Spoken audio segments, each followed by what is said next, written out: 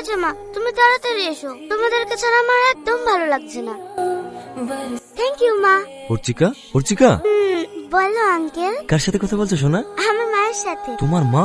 আজকে আমার বার্থডে তো, তাই মা এসেছিল। আজ তোমার জন্মদিন? হ্যাঁ, তুমি আমাকে গিফট দেবে না? দেবো তো। কি গিফট চাও বলো? আমাকে একটা টেডি এনে দেবে? টেডি? আচ্ছা ঠিক আছে, এনে দেবো। Good morning Archika. Good morning sister. দেখি আপনি বেডে গিয়ে বসুন, পেশেন্টকে কেমো দিতে হবে। না, আমি কেমন নেব না, আমার খুব জ্বালা করে। এটাই লাস্ট শোনা, আর দেব না। সত্যি? হ্যাঁ সত্যি। আঙ্কেল তোমার ভয় লাগছে? আমার টেডি কখন এনে দেবে আঙ্কেল? এই তো সোনা, এক্ষুনি যাচ্ছি। কি হলো, কোথায় যাচ্ছি? একটু বাইরে যাবো। বাইরেটায় যাওয়া হবে না, যাকে চুপ করে বস। যেতে দাও না, এক্ষুনি চলে আসবো। আমার কি মাথা টাথা খারাপ হয়ে গেছে নাকি? এভাবে একটা আসামিকে যেতে দেবো?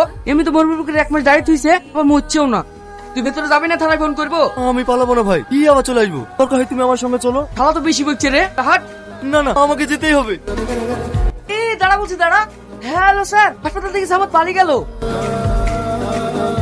শালা, আইনে হাতেই পালাবি? আমি পালানি স্যার, আমি পালানি। আমি শুধু এই ডায়েরিটা নিতেই ছিল। আবার মিথ্যে কথা। কনস্টেবল স্যার, স্যার আমি সত্যি বলছি, আমি শুধু এই ডায়েরিটা নিতেই ছিল। টেডি কি করবি? আজ অর্চিকার জন্মদিন তো, তার লিগে এটা নিতেই ছিল। আপনি আমাকে তাড়াতাড়ি হসপিটালে নিয়ে চলেন না, ও আমার জন্য অপেক্ষা করছে। ঠিক আছে, গাড়ি তোর। অর্চিকা, অর্চিকা, এখন তোমার জন্য একটা সুন্দর ট্রেন এনেছি। কি বাবা, আপনারা সবকিছু খুলে ফেলছেন কেন? অর্চিকা, ও আর আপনারটাকে ছাড়া দেবেন না, অর্চিকা মারা গেছে।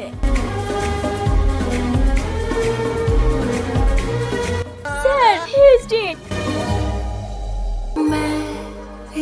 কি ব্যাপার আপনারা? আপনার নামে একটা সম্পত্তি উইল আছে, এই কাগজগুলোতে সই করে দিন। আমার নামে আবার কি সম্পত্তি দিল? আপনার স্বামীর খুনি সামাদ। ও কেন আমাকে সম্পত্তি লিখে দিল? সামাদ নিজের ভুল বুঝতে পেরেছে, কালো মরার আগে। স্যার হ্যাঁ বল, আমার একটা শেষ ইচ্ছা পূরণ করবেন? কি ইচ্ছা বল। আমার জীবনে তো কোনো গ্যারান্টি নাই, তাই আমি মরে যাওয়ার আগে আমি আমার বাপের ছোট্ট একটা প্রায়শ্চিত্ত করে যেতে চাই। আমার যে জমি জায়গা আছে সেগুলো আমি আব্দুল্লাহ পরিবারকে দিয়ে যেতে চাই। আমার এই শেষ ইচ্ছাটা পূরণ করবেন তো স্যার? অবশ্যই করুন। ও হয়তো আপনার স্বামীকে ফিরিয়ে দিতে পারেনি, তবে ও রেখে যাওয়ার সম্পত্তিগুলো আপনার ছেলে মেয়ের ভবিষ্যৎ তৈরি করতে কাজে লাগে।